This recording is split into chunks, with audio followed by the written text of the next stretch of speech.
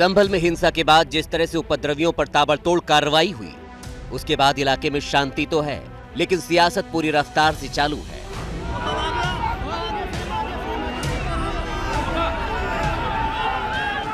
Samajwadi party और कांग्रेस संभल जाने पर अड़े हुए हैं। बुधवार को राहुल गांधी और प्रियंका संभल जाने के लिए गाजीपुर बॉर्डर पहुंचे तो समाजवादी पार्टी कहीं दूर दूर तक नहीं दिखी।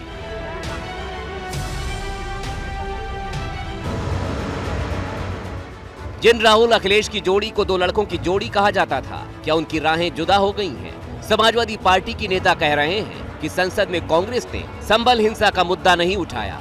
समाजवादी पार्टी अकेले संभल हिंसा को लेकर लड़ाई लड़ रही है। लगातार समाजवादी लोग अकेले संभल के मुद्दे पर लड़ रहे थे।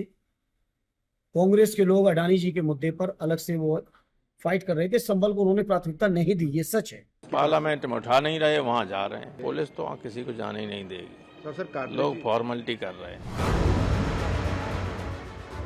हालांकि कांग्रेस पर सवाल उठाने के तुरंत बाद धर्मेंद्र यादव ने इंडिया गठबंधन के सवाल पर पलटी मार दी और कहा, जोड़ी बिखरने का सवाल नहीं है, लेकिन बीजेपी भी भला कहां चुप रहती। साफ कह दिया, कांग्रेस बड़ा दिखाने की कोशिश में लगी है, लिहाजा गठबंधन तो बिखरेगा ही।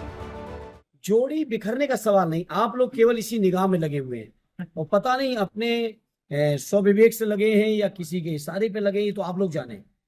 इंडिया गठबंधन मजबूत है अपनी जगह। कांग्रेस अपने स्वार्थ में सब कर रही है, अपने आप को बड़ा बताने के चक्कर में अब लड़ाई अंदर की ये होगी। तो ये सारे गुट बिखर गए क्योंकि इनकी विचारधारा पहले भी एक नहीं थी। मोदी जी को हराना तो पता चला वो तो नेक्स्ट टू इम्पॉसिबल है। अब अपनी पार्टी अपने अस्तित्व को बचाने की लड़ाई चल।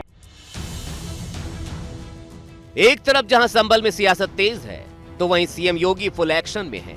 योगी ने अधिकारियों को निर्देश दिया है कि एक भी उपद्रवी बचना नहीं चाहिए। उपद्रवियों से पूरी कठोरता से निपटा जाए, उपद्रवियों से नुकसान की वसूली की जाए, अराजकता फैलाने वालों के पोस्टर लगाए जाएं। इसके अलावा उपद्रवियों को हर हाल में गिरफ्तार किया जाए।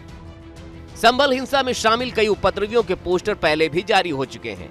योगी सरकार का कहना है, कानून से खिलवाड़ करने वालों को किसी भी हाल में छोड़ा नहीं जाएगा।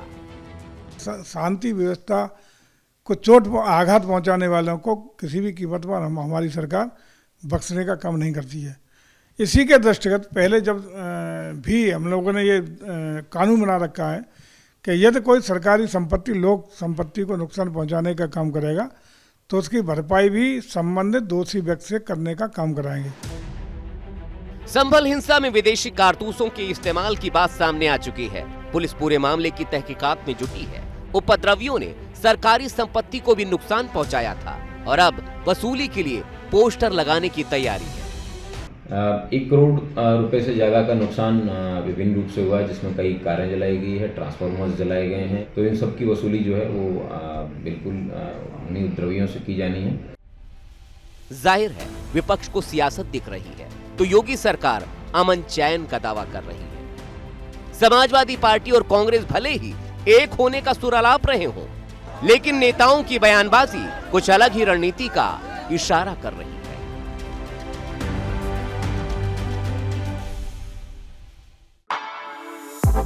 For exclusive and insightful videos, subscribe to our new channel ABP Live Premium.